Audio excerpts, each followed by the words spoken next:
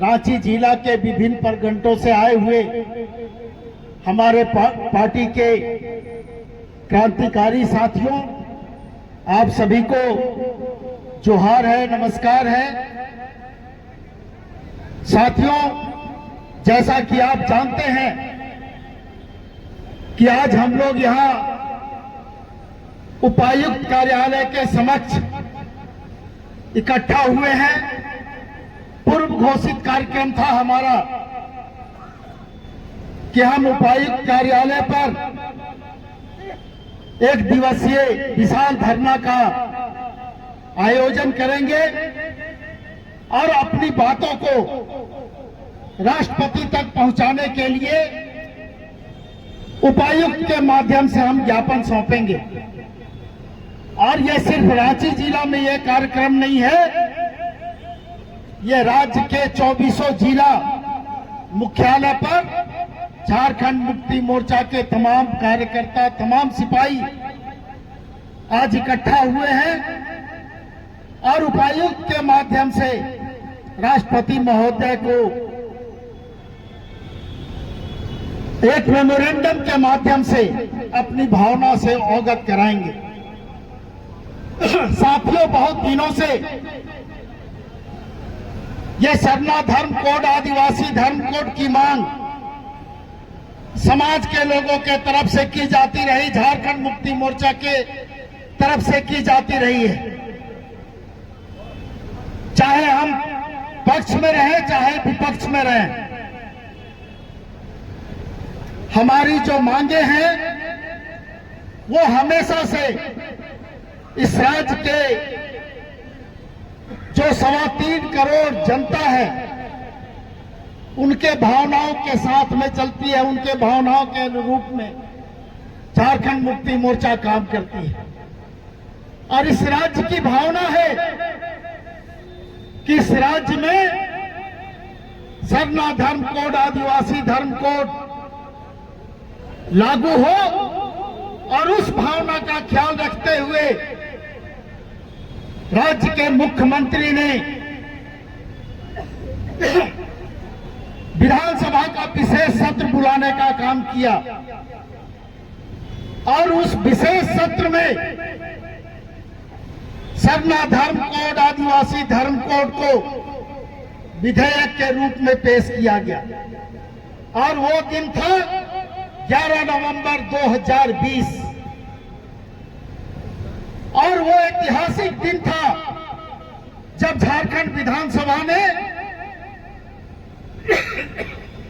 सरना धर्म कोड और आदिवासी धर्म कोड को विधेयक के रूप में पास करके राज्यपाल महोदय के माध्यम से केंद्र सरकार को भेजने का काम किया। आपको यह भी मालूम होगा कि 11 नवंबर 2020 और आज 2025 में हम लोग इस बात को फिर से दोहराने का काम कर रहे हैं।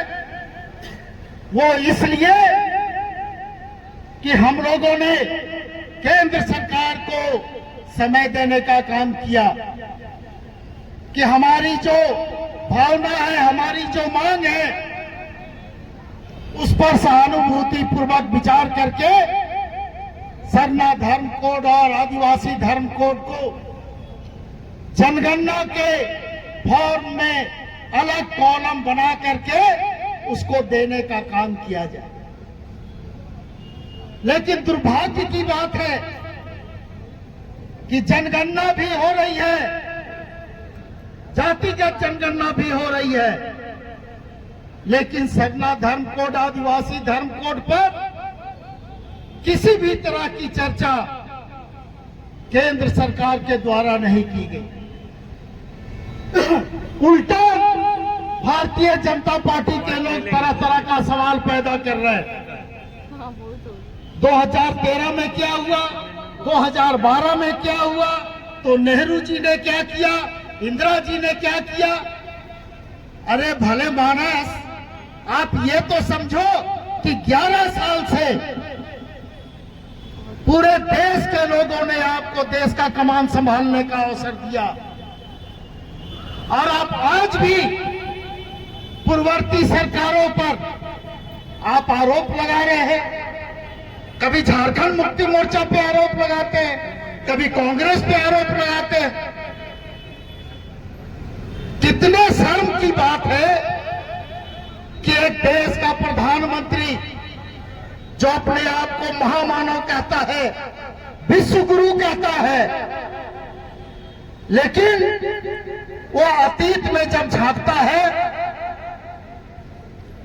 तो उसको अपना अस्तित्व दिखता है और उस अस्तित्व को छुपाने के लिए अपने जो अनैतिक कार्य है उसको छुपाने के लिए दूसरे पर तोहमत लगाने का काम करता है। साथियों, उससे हमको मतलब नहीं है कि किसने क्या किया, किसने क्या नहीं किया। झारखंड मुक्ति मोर्चा चाहती है कि इस राज्य में सरना धर्म कोड, आदिवासी धर्म कोड लागू हो तो वो होना चाहिए, चाहे किसी की भी कीमत पे होनी चाहिए, वो होनी चाहिए। आप हंस के दो, रो के दो, आंदोलन के माध्यम से दो, लेकिन जिस तरह से जनगणना के लिए केंद्र सरकार तैयार हुई, उसी तरह से इस धर्म कोड के लिए भी केंद्र सरकार को हम लोग मजबूर कर देंगे। और इसके लिए चाहे हमको दिल्ली जाकर के आंदोलन करना पड़े, हम दिल्ली जाएंगे और हम अपनी आवाज को बुलंद करेंगे।